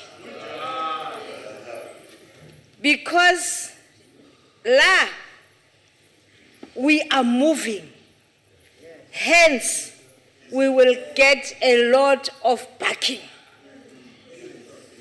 Honorable Chairperson, in delivering the State of the Nation address in 1998, Utatu Mandela, wathi transformation is this government's reason of existence. And by bringing all these bills, we are trying to reach a desired state, and that is what we call transformation. Honorable Puota, with due respect through you, Chairperson, you tell us about the contamination when we are saying this government is transparent and this government is open and this bill certifies just that. It ratifies that information that you are given. Transformation is the reason for our existence. Hence, we will continue in that way. We don't need to take a model of another province because we didn't start yesterday to plan for this. This has been in the pipeline because if we remember well, from where we come from as the African National Congress, we had all these plans. And these plans come into being when we bring out these bills to you because of the situations that we face every day. So there's no legislation, as you suggest, that might contradict this. If that is the case, I believe there are representatives in these committees that should have raised that up in the committees. But unfortunately, I must tell you, honorable members and the nation at large, the DA does not trust the members that it sends to committees to an extent that it sends police, the police within their members to come and police those who should speak in the committees. And they come there and confuse those that are sent there. Hence, today when we come here, Honorable Boshoff will tell us about the language problems, technicalities that should have been raised in the committees. Because we have got lawyers there. We have got people who can assist us in terms of making correct the technical problems that they encounter, the language things that cannot come to this house with languages. But because there are those that police them, they can't even speak in committees and only come here to speak about that. We have legal advisors in here. On this bill demonstrates, Chairperson, that as the African National Congress, we are aware that transformation of a society is an essential political front that we must continue to pursue with profound... Order, Honorable Borota. Honorable Worth. Chairperson, I just want to state I'm not a policeman. I think you're getting mixed up. Do you want to... Honorable Faber is a policeman. Honorable Faber... Take your seat. Take your seat. You may proceed, Honorable Borota. That we must continue to pursue with profound determination and vigor to defend our head-end democracy and build a caring society. Honorable Chairperson, as the NCOP, we know that we are a strategic house that knows very well about cooperative governance. That brings together the three phases, the three spheres of government. We come here, you cannot say, yes, we understand the autonomy of different these spheres, like Mrs. Boshoff said. But we must also emphasize that these different spheres work together. And that is why we are here today, and we have Salga in this house to attest to what we are doing. The Constitution requires the three spheres of government to observe and adhere to the principle of cooperative and effective government in the delivery of services, while recognizing their distinctive character, interdependence, and interrelatedness. Honorable Boshoff, through you, Chairperson. That is what our Constitution recognizes. And as has been spoken about Section 195.1, the Minister has spoken to that, other colleagues have spoken to that. We do recognize the autonomy of each sphere. Under the leadership of the African National Congress, our public service will now, for the first time, have its own public service school of government. They say it must be within the higher education. Think, people. We are working. When you are appointed a particular job, they will ask you, can you use a computer? You say, yes, I can. You go there, they give you something difficult. Who must upgrade you on that? Because there must be that at work skills promotions that must happen. People must be trained even at their workplaces. It doesn't have to have a qualification to do a particular, to rectify a problem, for instance. You can't learn that from any FET college, but the school where you are working will assist you to do this. So the Department of Public Service and Administration has also established a public administration ethics, integrity, and disciplinary technical assistance unit to handle matters of governance, integrity, ethics, values, and standards. The Minister of Public Service responsible will now be expected to report twice a year on the activities of this unit. How much are we transparent? This reflects beyond doubt that the ANC continues to strive for efficiency and public service that is free of corruption. For this ANC, we are unashamedly transparent, vocal, and ready to continuously embrace accountability across the three spheres of government. The National Development Plan across all government, the national policy imperatives of the NDP and the agency with which the service must be made accessible, given strategic direction of the NDP, it is imperative that the staff should be capable of being deployed appropriately and horizontally across the three spheres, as was alluded to by my colleagues in this House. Honorable Chairperson, you know, there is this saying that comes from a poem that I like. It says, the rise of Shaka. It's in the rise of Shaka. It says, those who feast on grounds of others are often forced into gestures of friendship they do not desire. So I am saying this because we have seen greed that has forced some of our public servants to seek all dubious means to dip their hands into the public purse. But with this bill, we are sending a clear message that those days are over. This bill, we make it an offense of our public servants to conduct business with the state. It is very clear. The opposition has been saying we are corrupt. Now, as we always say, we say where we falter as the ANC, we make sure that we correct. Today we are coming up with a bill that shows that we are fighting corruption. They reject it. What do you want? What do you want?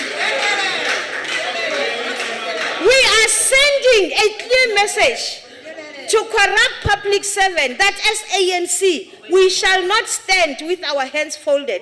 As people, we take from the poor, to take from the poor to fill their pockets and feed their pot bellies.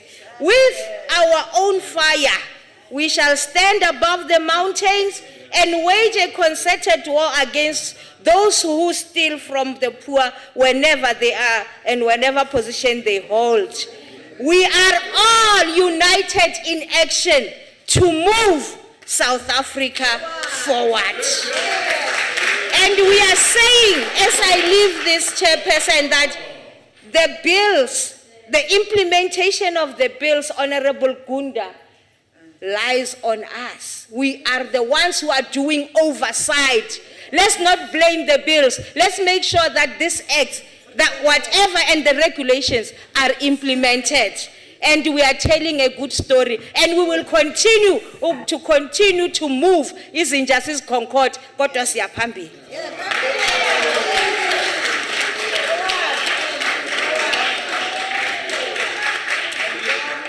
Thank you. I now call upon the Honorable Minister to respond to the debate.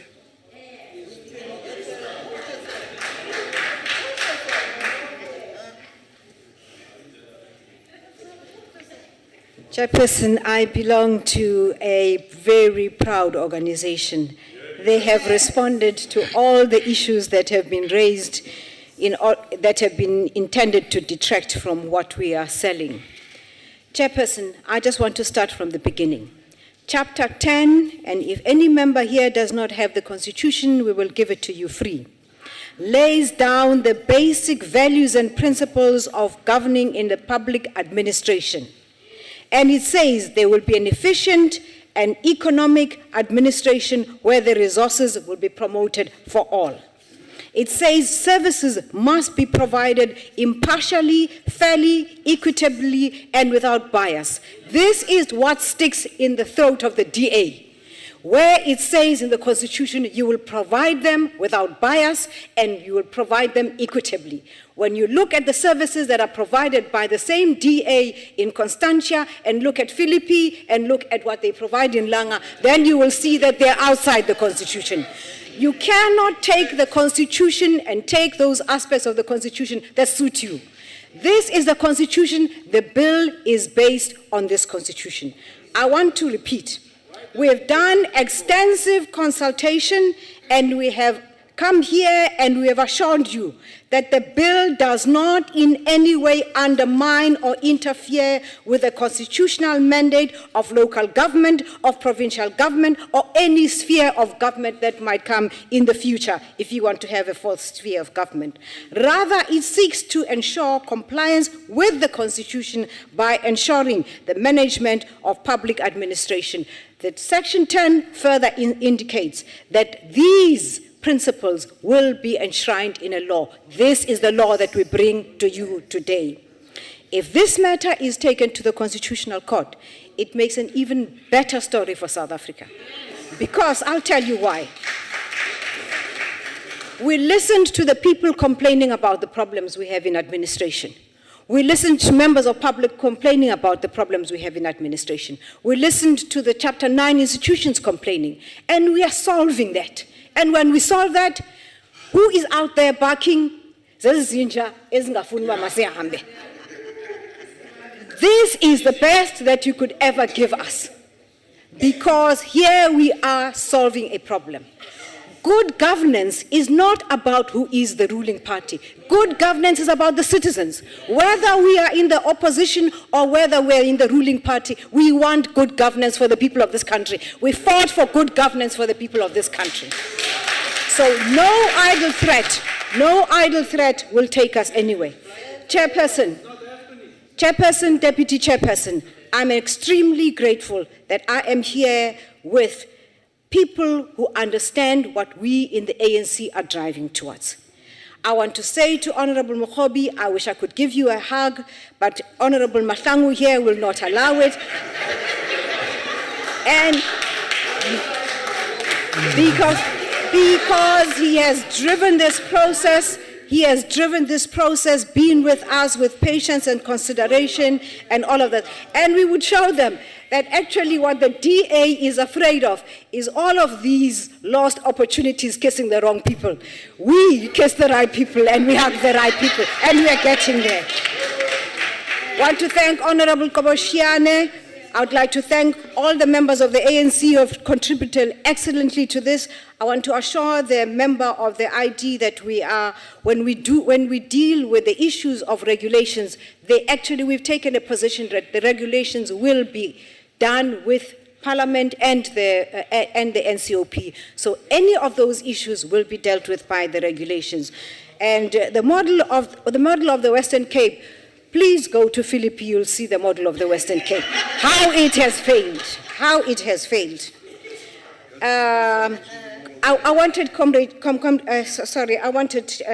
Finally to say to the Honorable Member of Salga that your concerns have been taken into consideration. We are dealing with those issues. Here is a matter I want to leave for all of you. This is called cadre deployment. We came into this government 20 years ago. Everybody in central government was white. And we were required to serve all the people of this country. White and National Party coming from the Defense Force, indoctrinated in the Defense Force. In the negotiations, we agreed. What we're going to do is allow each party to make sure that it is represented in the public service of this country, so that they are able to carry through the policies of any ruling party. We were given a slot as the ANC of 11,000 people. We did not even fill that. But what do they call it? Cadre deployment. They've been running cadre development in this government for the last 400 years or whatever it is. Now that we come here, we are accused of cadre development. Look at the Western Cape and tell me about cadre development. Chairperson, thank you very much for the time that you've given.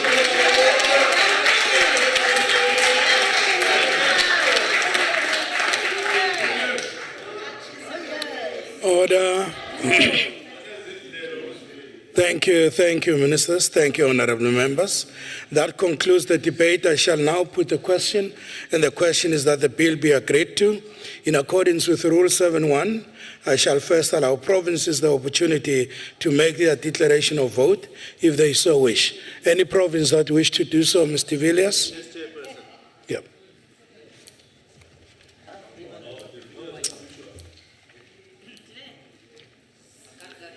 Don't exceed 3 minutes. Eh? Yes, Remember Chairperson, that. I understand and I know it. Thank you very much. Honourable Chairperson, we as the parliamentarians were sworn in under oath to the Republic of South Africa, and includes the fact that we shall uphold the Constitution of South Africa of 1995.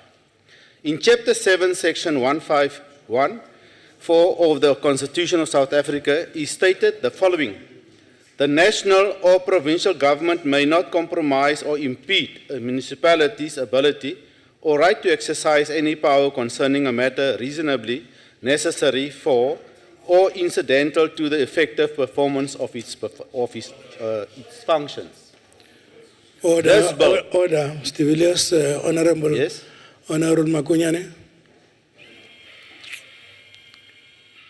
Honorable Chair, the Speaker there said he's talking about the South African Constitution of 1995. Which constitution, which he says is paying his allegiance to? He says he's paying allegiance to the Constitution of 1995. Yes.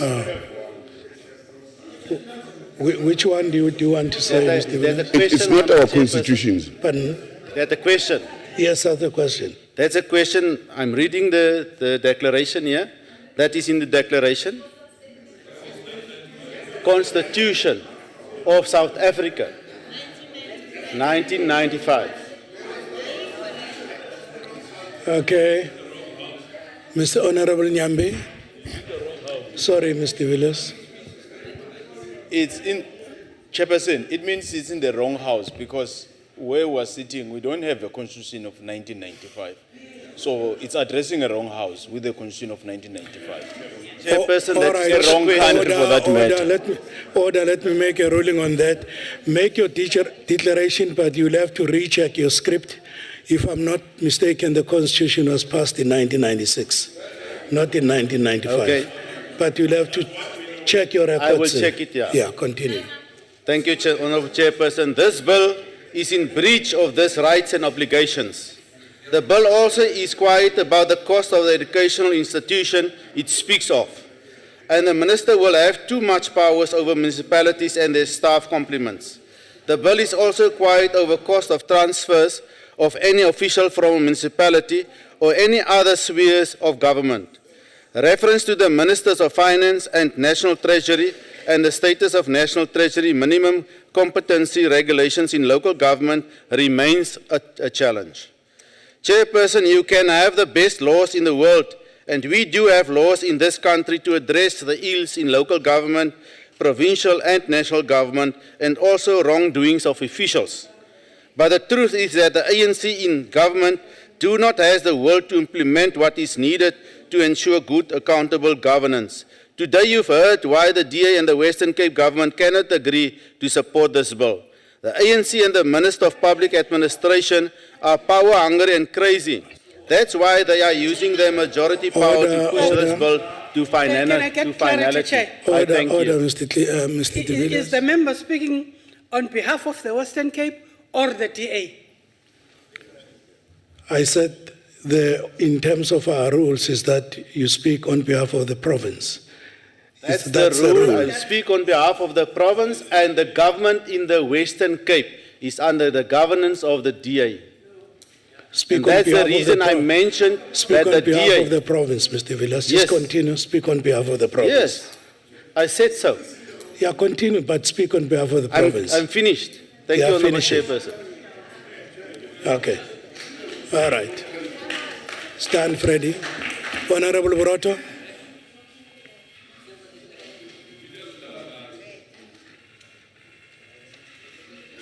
Honorable Chairperson, Honorable member from the Western Cape is talking about the autonomy again.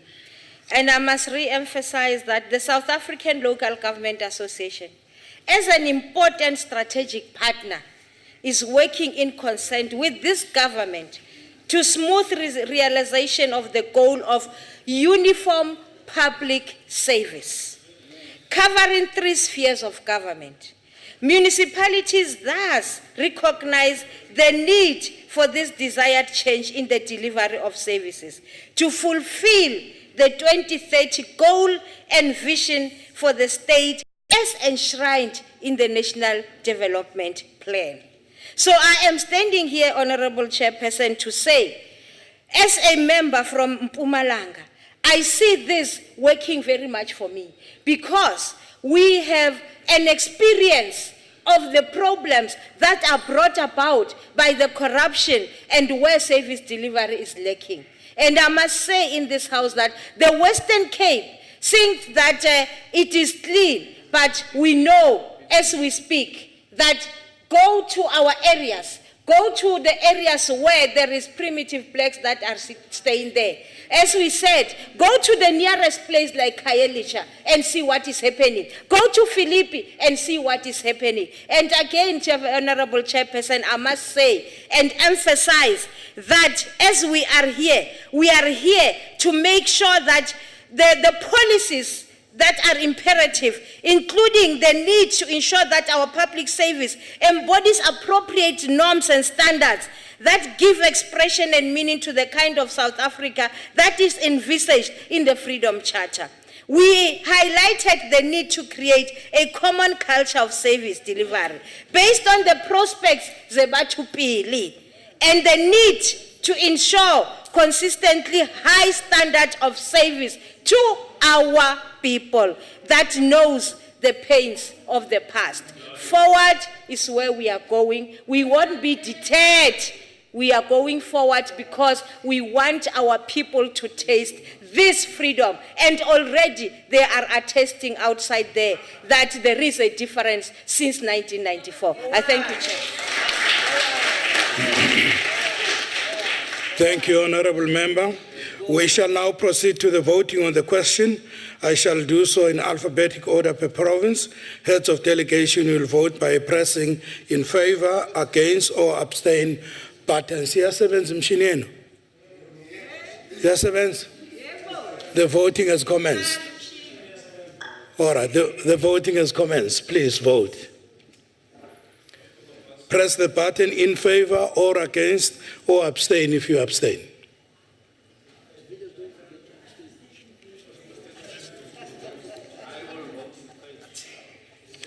Now is the time to correct your voting if you have voted wrong. Any member with a problem of voting? One, Eastern Cape. Eastern Cape, if you can just tell me, how do you vote? Vote in favor, Eastern Cape. Voting has now been closed. Can I get the results from the staff?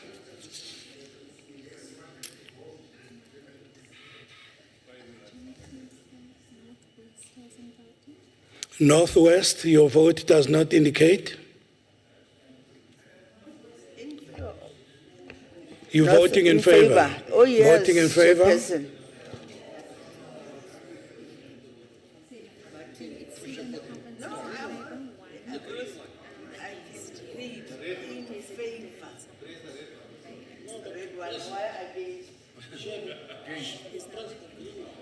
One abstain.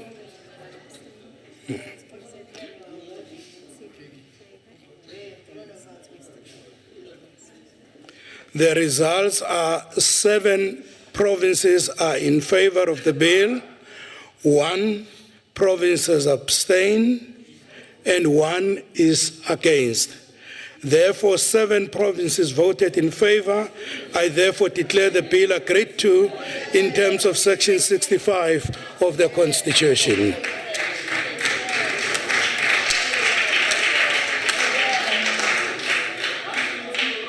The Secretary will read the second order of the day. Consideration of Legal Metrology Bill B34B 2013 National Assembly Section 76 and of Report of Select Committee on Trade and International Relations thereon. I now call upon the Honorable F. Adams.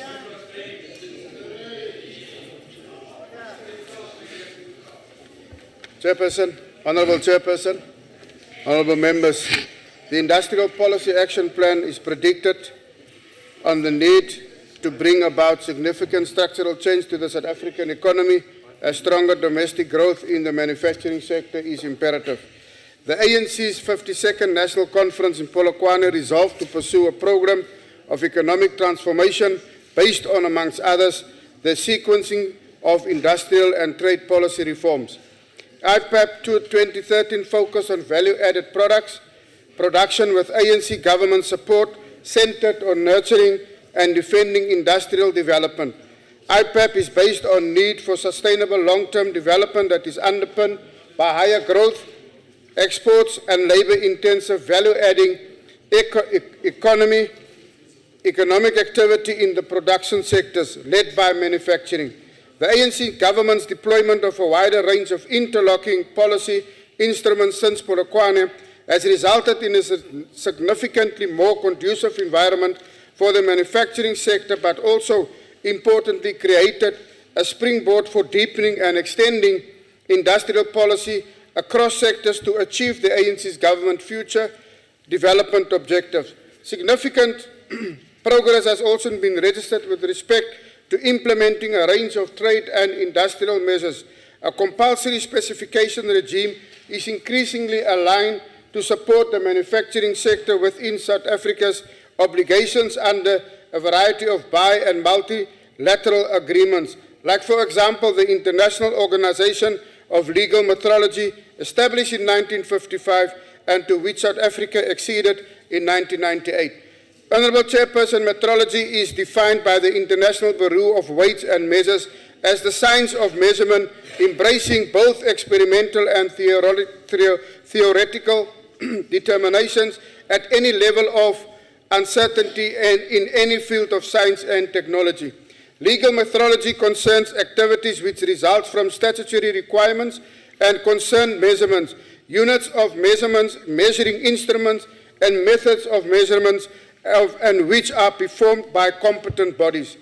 Such statutory requirements might arise from, amongst others, the needs for protection of our people's health and public safety, the environment enabling taxation, protection of consumers and fair trade.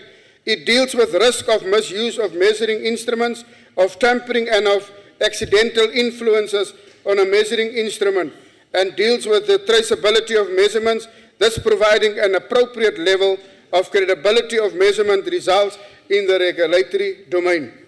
Globalization is increasing the demands on countries to demonstrate that they have the technical infrastructure to guarantee the products originating in their territories as safe and fit for purpose. Methodologically speaking, international organizations strive to harmonize measurements by ensuring that the certification of measuring devices in one country is compatible with that in another, facilitating trade in measuring devices and products that rely on them. Institutions therefore need to be maintained and improved in order to remain relevant as the platform for global economic efficiency and market access of products, and South Africa is no exception. Honorable Chairperson, the current Trade Metrology Act of 1973 is 40 years old and does not provide for the regulation of legal metrology measurements. A legal metrology bill must therefore expand the scope of trade metrology to legal metrology and strengthening the enforcement thereof with an appropriate legislative framework to protect consumers against short measures, level the playing field for industry, and support the competitiveness of local industry. The new legislation must also allow for the regulation of medical instruments, such as those used to measure temperature and blood pressure, safety measurements used in speed and alcohol testing, and environmental measurements for smoke and water pollution. The ANC's 52nd National Conference resolution, to which I alluded earlier, undoubtedly played an important role in updating the important piece of this legislation. Honourable Chairperson, the bill addresses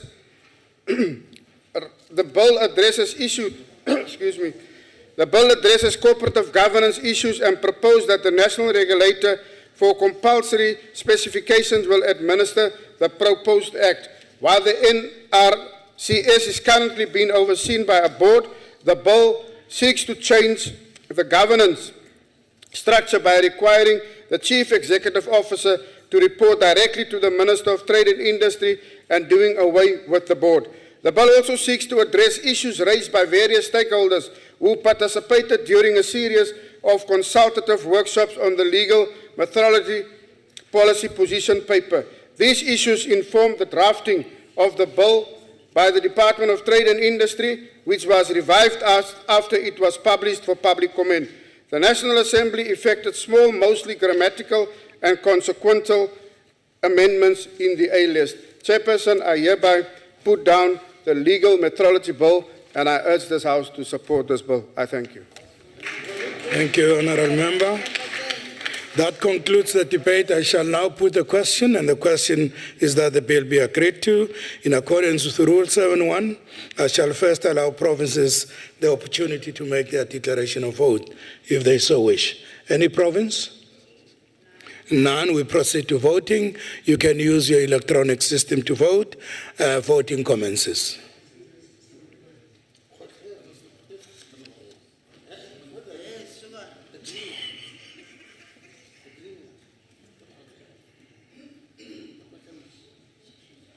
It's now your time to correct your voting if you have voted wrongly.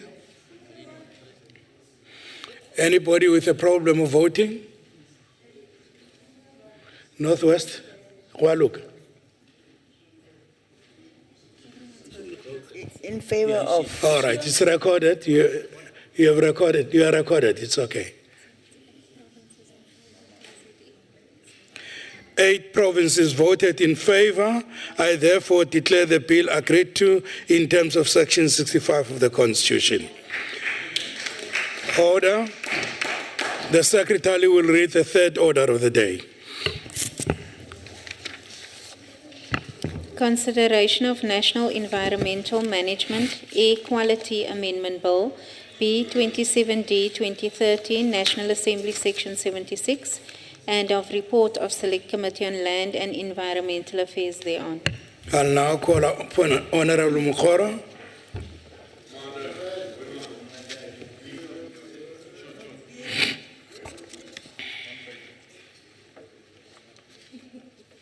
Honourable Chair and Honourable Chief Whip and honourable members of this distinguished House, this afternoon I am given the opportunity to share with you some of the deliberation that the Select Committee on Land and Environmental Affairs had on the National Environmental Management Air Quality Amendment Bill, B27B of 2013, that was introduced by the Minister of Water and Environmental Affairs to Parliament. The National Environmental Management Act 1998, Act number 107 of 1998, NEMA, is the environmental framework legislation which provides the environmental management in our country. Within this framework, there are several pieces of specific legislation that regulate different areas, and the Air Quality Act in one such act that was drafted to replace the outdated Atmospheric Pollution Prevention Act 1965, Act number 45 of 1965. This act brings air quality management in line with the constitutional allocation of function between the 3 spheres of government. This act provides for a more effective regulatory regime, including the establishment of national norms and standards, a framework for air quality management, planning and reporting regime, and numerous regulatory instruments for the control of air pollution and compliance enforcement. This Act has been in operation since 2005. The National Department of Environmental Affairs and the Provincial Department responsible for the environmental affairs have identified certain provisions of the Act that have become obsolete, and this has resulted in the amendment of that are now before this House. The bill was referred to the committee on 5 November 2013, and the Department of Environmental Affairs briefed the committee on 19 November 2013. This process that Select Committee on Land and Environmental Affairs followed for processing this Section 76 legislation include referring the bill to the provinces for public hearing and then receiving the negotiating mandates with several amendments from the provinces. On accepting some of the amendments proposed by the provinces, the committee received the final mandate and successfully concluded the deliberation on the bill. The Select Committee on Land and Environmental Affairs, having deliberated on and considered the subject of the National Environmental Management Air Quality Amendment Bill, B27B 2013, National Assembly, Section 76, referred to it and classified by the JTM as a Section 76 bill, report that it has agreed to an amended Bill B27D 2013, and therefore, thank you. Thank you, Chair. Thank you. Thank you, Honourable Member. That concludes the debate. I shall now put the question, and the question is that the bill be agreed to in accordance with Rule 7.1. I shall first allow provinces the opportunity to make their declaration of vote if they so wish. Any province that wish to do so?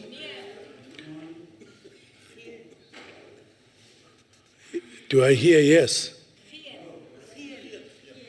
Oh, Gien. Oh, you sound like as if you are saying yes. We shall now proceed to the voting. We shall use our electronic voting system. Voting has commenced.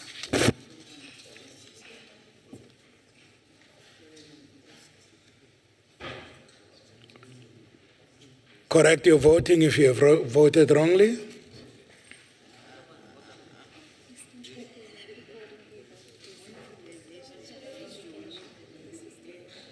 Eastern Cape, are you voting? Okay.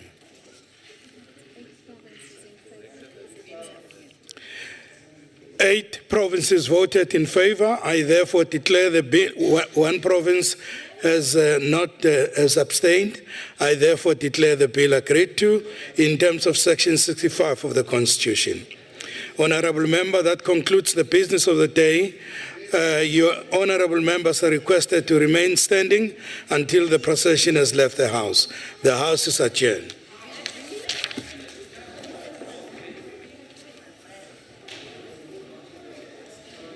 Right.